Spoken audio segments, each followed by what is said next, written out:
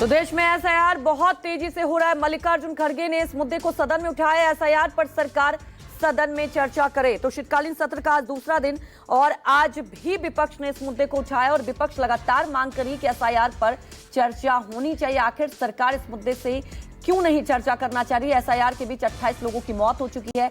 BLO की जो मौत हो रही है उसे लेकर भी विपक्ष ने सरकार पर निशाना साधा और आज भी लोकसभा और राज्यसभा में एसआईआर को लेकर विपक्ष ने हंगामा किया।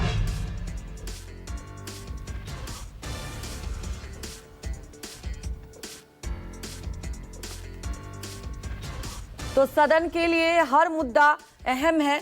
तो वहीं सत्ता पक्ष की तरफ से कहा जा रहा है कि हम चर्चा के लिए तैयार हैं और अभी चर्चा का समय नहीं बता सकते। तो देखिए, सत्ता पक्ष की तरफ से कहना है कि हम चर्चा के लिए तैयार हैं, लेकिन अभी तुरंत ये नहीं बता सकते कि एसआईआर पर कब चर्चा हो। चर्चा को समय सीमा में नहीं बांधा जा सकता है। आपने मुझे समय दिया, इसीलिए मैं आपका धन्यवाद करता हूं। तो आज हमने जो नोटिस दी है रूल 267 में, उसका उद्देश्य क्या है, सब्जेक्ट क्या है और कौन कौन हमारे सदस्य नोटिस दिए हैं, उनका नाम, सब्जेक्ट ये बताना चाहिए।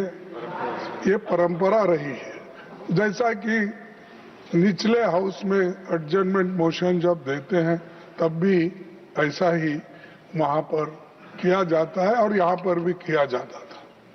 लेकिन सडनली जो सदस्य अपना नाम दिए हैं, अपने नाम से नोटिस दिए हैं, उनका नाम भी नहीं पढ़ते, सब्जेक्ट भी नहीं पढ़ते, ये अच्छा नहीं।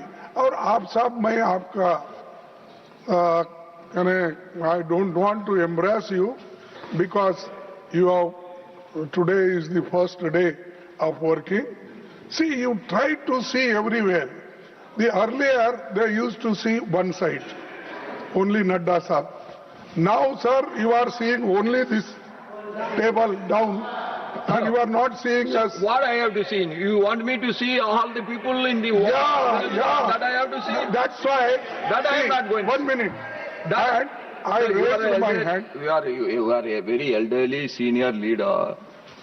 When the house is in order, I will listen to everyone. When the house is not in order, how a chairperson can listen to everyone?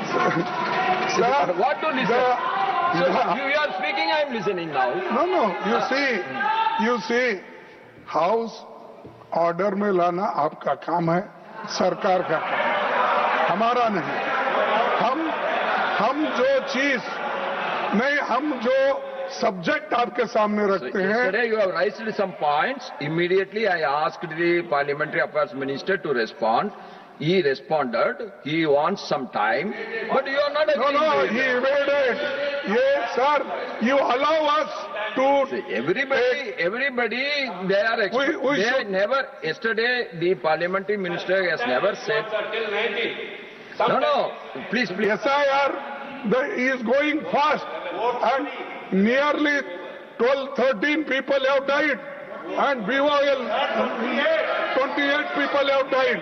Sir, this is an urgent matter to save democracy. You put your words. I will ask the government to respond. I want discussion should take place now only, and in the